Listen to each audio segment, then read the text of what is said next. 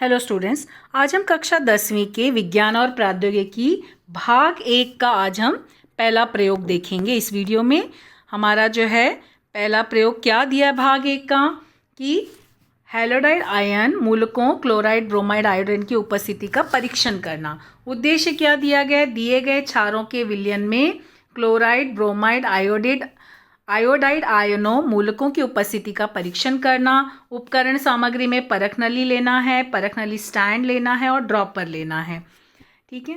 रासायनिक पदार्थ में potassium chloride, potassium bromide, potassium iodide, silver nitrate के विलयन लेना है। ये सब लैब में रखे रहते हैं, ठीक से ध्यान देकर वो सब जो है रासायनिक पदार्थ लेना। अब यहाँ पे देखो कृति दी गई है।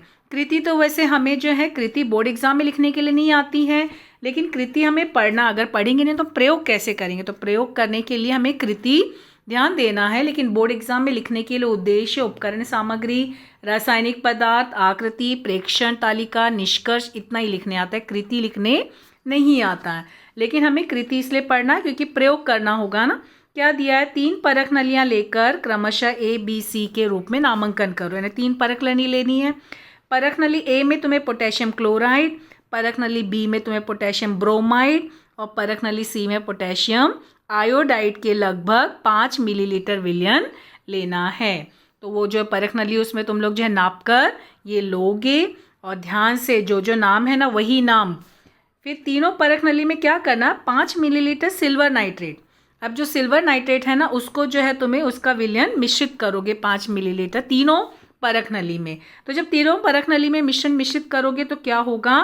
प्रत्येक परख नली से प्राप्त होने वाले अवक्षेप का रंग का प्रेक्षण करना है और प्रेक्षण तालिका नोट करना है। क्योंकि जब ये मिश्रण किए तो जो अवक्षेप होगा उसका रंग बदलेगा, तो रंग में क्या क्या रंग दिख रहा है वो नोट करना है उसको सारणी में। और फिर उसके बाद प्रत्येक परख नली में प्राप्त होने वाले अवक्षेप के रंग के आधार पर उसके विलयन में उपस्थित हैलोडाइड आयन को पहचानना है। ठीक है। अभी पहले यहाँ पर देखो आकृति दी गई है, नीचे दी गई आकृति के विभिन्न घटकों का नामांकन करो। ये तो तुम्हें पता परख नली है ये तीनों। फिर उसके बाद यहाँ पर क्या है? सिल्वर क्लोराइड AgCl का सफ़ेद अवक्षेप।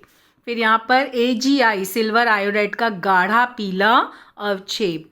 और फिर यहाँ पर जो दिया है वो क्या है? सिल्वर ब्रोमाइड का हल्का पीला अवक्षेप। ठीक है, ये नामांकन हो गया। यहाँ पर आकृति दी गई है हैलाइड आयन की उपस्थिति का परीक्षण। अब उसके बाद आया प्रेक्षण तालिका। प्रेक्षण तालिका में देखो क्या दिया है? परख नली ABC के बारे में, रासायनिक अभिक्रिया, अवक्षेप का रंग, निष्कर्ष। क्या दिया है? KCl + AgNO3, अवक्षेप का रंग सफ़ेद, तो यानी क्लोराइड आयन है। यहाँ पर दूसरा परख नली B में हमने देखो पोटेशियम ब्रोमाइड लिया था ना, तो पोटेशियम ब्रोमाइड का सूत्र क्या है? KBr। और उसमें हमने सिल्वर नाइट्रेट डाले थे, तो सिल्वर नाइट्रेट का सूत्र क्या है? AgNO3। और फिर इसका अवक्षेप का रंग क्या हुआ? हल्का पीला, यानी ब्रोमाइड Br आयन है। फिर यहाँ पर हमने तीसरे परख नली में क्या डाले थे? पोटेशियम आयोडाइड, यानी Ki लिखा गया है। Ki कैपिटल रहेगा, दोनों K और I दोनों भी कैपिटल। फिर यहाँ सिल्वर नाइट्रेट डाला गया था, तो AgNO3 A capital G small, लेकिन NO3 N और O दोनों भी कैपिटल होंगे। और यहाँ पर अवक्षेप का रंग क्या हुआ? गाढ़ा पीला। और यहाँ पर क्या मतलब निष्कर्ष मिला? आयोडाइड मिला। ठीक है, तो यहाँ पर इस तरह से ये ब्रोमाइड, क्लोराइड एंड आयोडाइड ये जो है हमें इसका आयन मिले। अब हमें रासायनिक अभिक्रिया लिखना है, तो रासायनिक अभिक्रिया क्या है? KCl + AgNO3 बराबर KNO3 AgCl। और देखो तीर का निशान जो नीचे की तरफ बना ये अवक्षेप है और ये सफ़ेद कलर का मिलेगा। दूसरा परख नली B में क्या है? KBr पोटेशियम ब्रोमाइड, AgNO3 यानी सिल्वर नाइट्रेट, क्या मिला? KNO3 और AgBr का यहाँ पर हमें हल्का पीला अवक्षेप प्राप्त हुआ। ठीक है। तीसरा परख नली KI है, AgNO3 तो KNO3 मिला और AgI का गाढ़ा पीला अवक्षेप। ये तीर का निशान, अवक्षेप के समय में तीर का निशान नीचे की तरफ होता है, गैस जब होती है तो तीर का निशान ऊपर की तरफ से दर्शाया जाता है।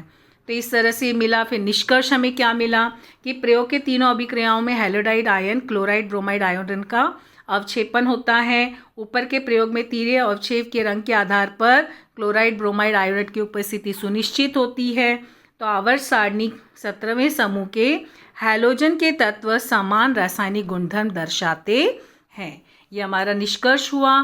फिर उसके बाद जिस डेट को जो प्रयोग करोगे वो प्रयोग का डेट यहाँ डालना और यहाँ पे तुम्हारे विज्ञान के शिक्षक का हस्ताक्षर होगा। इस तरह से हमारा प्रयोग क्रमांक 1 साइंस 1 का कंप्लीट होता है। Thank you.